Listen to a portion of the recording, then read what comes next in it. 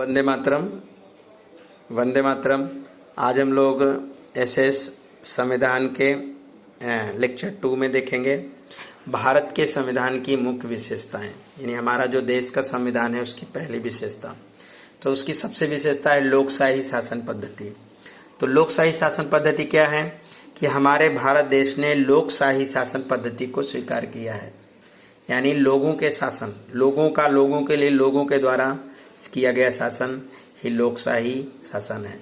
हमारे देश के प्रति 5 वर्ष में सामान्य चुनाव होते हैं, यानी हमारा देश का जो चुनाव है वह हर 5 वर्ष में होता है, चाहे वो ग्राम प्रधान का हो, चाहे वो लोकसभा का हो, चाहे वो राज्यसभा का हो।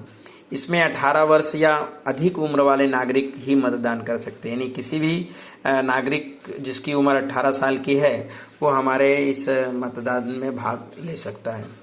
चुनाव के बिना लोकशाही की कल्पना नहीं की सकती, मतलब चुनाव के बिना हम लोक शासन का कल्पना ही नहीं कर सकते। अपने प्रतिनिधि के चुनाव में देश के सभी लोगों की भूमिका होती है, यानी हमारे देश का जो हम प्रतिनिधि चुनते हैं, जो हमारा प्रधानमंत्री होता है, हमारे राष्ट्रपति होते हैं, हमारे गृह मंत्री या जितने भी चीफ मिनिस्टर होते हैं जिनको हम चुनते हैं, उनमें कहीं न कहीं रूप से हमारा ही योगदान होता है। तो इसलिए हमें वोट देना चाहिए और हमें अच्छे से अच्छे नागरिक का चुनाव करना चाहिए।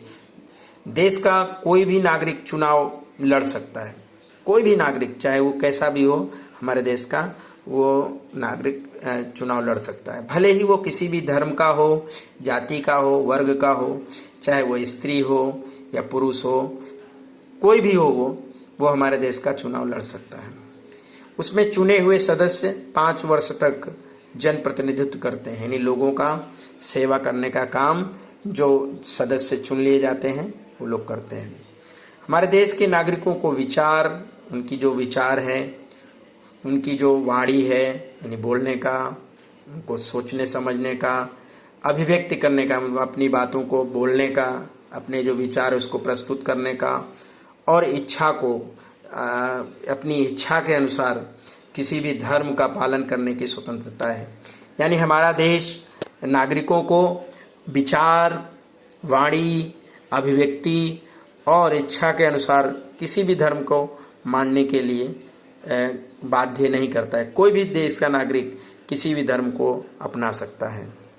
भारत देश, देखिए यहाँ पर चित्र है, यहाँ पे धर्मनिरपेक्षता, यानी अभी हमने पढ़ा कि लोकशाही शासन पद्धति है कि लोगों का शासन लोगों के लिए, लोगों के द्वारा, और लोगों के द्वारा ही चुने गए प्रतिनिधि होते हैं। और अब है धर्मनिरपेक्षता। धर्मनिरपेक्षता का मतलब है कि हमारे देश का नागरिक किसी भी धर्म को बिन सांप्रदायिक रहकर किसी भी धर्म को, जाति को वो मान सकता है, किसी भी धर्म को, और हमारे देश में अच्छे से रह सकता है। तो ये हमारे देश की सबसे बड़ी संविधान की विशेषता है, बिन सांप्रदायिक। भारत एक गैर सांप्रदायिक यानी धर्मनिरपेक्ष और गणतंत्र देश है। यानी धर्मनिरपेक्ष मतलब किसी भी धर्म का यहाँ पर निरादर नहीं होता, सभी धर्मों का सम्मान करता है, सभी धर्म के लोग यहाँ पर रह सकते हैं, और गणतंत्र वाला देश है हमारा, यानी गणतंत्र लागू होता है। उसके बाद गैर सांप्रदायिक किसे कहते हैं, तो देश का शासन किसी संप्रदाय या धर्म की मान्यता के आधार पर ना चलना, इसे हम गैर संप्रदाय कहते हैं। यानी हमारा देश, भारत देश एक गैर संप्रदाय देश है जो किसी धर्म, जाति के आधार पर नहीं चलता। संप्रदाय के आधार पर एक या दूसरे नागरिक के बीच में भेदभाव या पक्षपात नहीं किया जाता। यानी हमारा देश में धर्म या जाति के नाम पर भेदभाव बिल्कुल नहीं है। सर्वधर्म समभाव की भावना रखने वाला हमारा देश है। प्रत्येक नागरिक को अपने धर्म का पालन करने, मान्यता रखने और उसका प्रचार करने की स्वतंत्रता है। कोई भी व्यक्ति, चाहे वो हिंदू हो, मुस्लिम हो, सिख हो, ईसाई हो, अपने धर्म का प्रचार प्रसार कर सकता है, अपने धर्म को मान सकता है। ये हमारे देश की संविधान की धर्मनिरपेक्षता के अंतर्गत आता है। अब बच्चों हम पढ़ते हैं गणतंत्र। गणतंत्र क्या है? गणतंत्र का मतलब होता है लोगों के पास से प्रत्यक्ष या परोक्ष रूप से सत्ता प्राप्त करने वाली सरकार। यानी जब चुनाव होते हैं तो हम लोग चुनाव में जो प्रतिनिधि चुनते हैं तो हमारे द्वारा, यानी प्रत्यक्ष रूप से या परोक्ष रूप से, डायरेक्टली या इनडायरेक्टली, हम लोग जो सरकार बनवाते हैं वही है हमारा गणतंत्र, यानी हमारे अनुसार प्रतिनिधि चुने जाते हैं। अपनी राज्य व्यवस्था में हमने गणतंत्रात्मक लोकशाही को स्वीकार किया है, यानी हमारे यहाँ राज व्यवस्था नहीं है और वो विशिष्ट अधिकार रखने वाली किसी वर्ग के हाथ में नहीं है, मतलब राजा का शासन नहीं है, राजतंत्र बिल्कुल नहीं है। राजतंत्र के सभी पद धर्म जाति स्त्री पुरुष के किसी भी भेदभाव के बिना है, यानी हमारे देश का जो शासन है वो गणतंत्र है। तो गणतंत्र का मतलब यही है कि वो किसी भी देश के राजा या लोगों के पर्सनल किसी एक धर्म जाति से संबंध नहीं है। वो प्रत्येक नागरिक, चाहे वो हिंदू हो, मुस्लिम हो, सिख हो, ईसाई हो, जिसने भी प्रत्यक्ष रूप या परोक्ष रूप से जो सरकार को चुना है वो हमारा शासन सरकार बनाती है। तो ये हमारे देश की दूसरी सबसे बड़ी विशेषता रही गणतंत्र, यानी जो हमारा संविधान है उसकी सबसे बड़ी विशेषता है गणतंत्र। आप यहाँ देखिए कि ठेला चलाने वाला मजदूर हो या साग सब्जी बेचने वाला बेचने वाली बहन भी गांव का सरपंच बन सकते हैं। मतलब कहने का मतलब है कि कोई भी, चाहे अमीर हो, गरीब हो, निम्न कोटि का कोई भी व्यक्ति हो, वो अगर चुनाव लड़े तो गांव के सरपंच बन सकता है।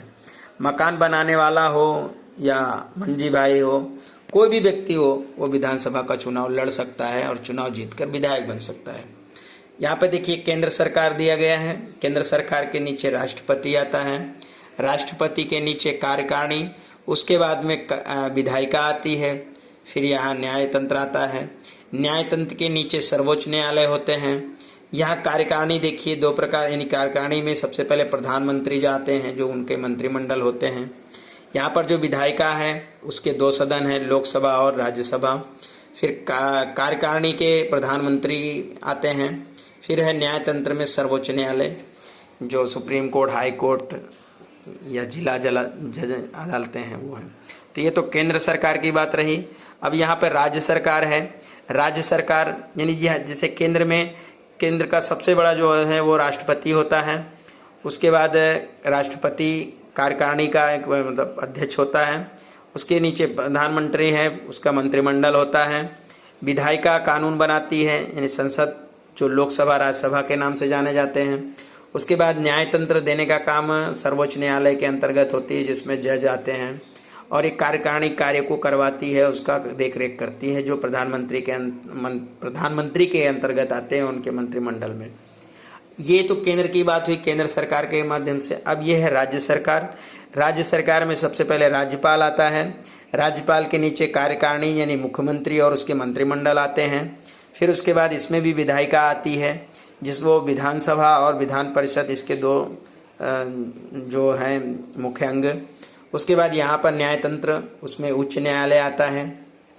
उसके बाद मुख्यमंत्री के मंत्रिमंडल आते हैं। मंत्रिमंडल में भी स्थानीय प्रशासन जिसमें पंचायती राज जो ग्राम सभा में होता है जैसे ग्राम प्रधान, और कुछ महानगर पालिका और नगर पालिका में होता है जिसे हम एसएमसी और मतलब महानगर पालिका के नाम से जानते हैं और नगर पालिका के नाम से। तो ये है जो हमारे यहाँ के अब सरकार के कार्य क्या हैं। धारासभा, कार्यकारिणी और न्यायतंत्र केंद्र सरकार के ये अंग जो हमने भी पहले देखा ग्राफ। संसद कानून बनाती है, मंत्रिमंडल इन कानूनों का पालन करती है, अमल करवाती है, और न्यायतंत्र कानून का अर्धघटन करती है और अगर न्याय देने का काम करती है। मतलब धारासभा, कार्यकारिणी और न्यायतंत्र ये कि हमारे केंद्र सरकार के मेन अंग हैं। संसद कानून बनाती है, मंत्रिमंडल उन कानूनों का अमल करते हैं, न्यायतंत्र कानून का अर्धघटन करके उनको न्याय देने का काम करते हैं। आपको ये पता होना चाहिए कि गुजरात में विधानसभा, मंत्रिमंडल और उच्च न्यायालय है, ठीक है, यहाँ विधान परिषद नहीं है। अब संघ राज्य के बारे में चर्चा करेंगे।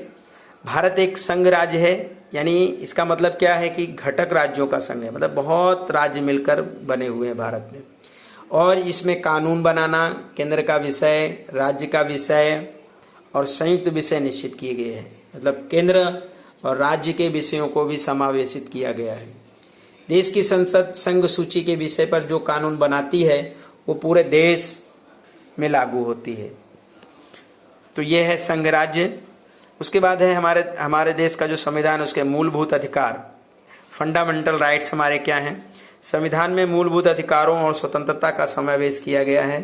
इसमें विशेष रूप से संवैधानिक उपचारों का अधिकार दिया गया है।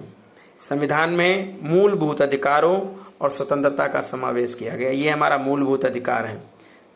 स्वतंत्रता, समानता और भी बहुत सारे हैं। इनमें विशेष संवैधानिक उपचारों का अधिकार को ज़्यादा महत्व दिया गया। डॉक्टर भीमराव अंबेडकर जी ने कहा था कि भारतीय संविधान की अंतरात्मा ये है, यानी भारतीय संविधान की अंतरात्मा है किसे? संवैधानिक उपचारों का अधिकार।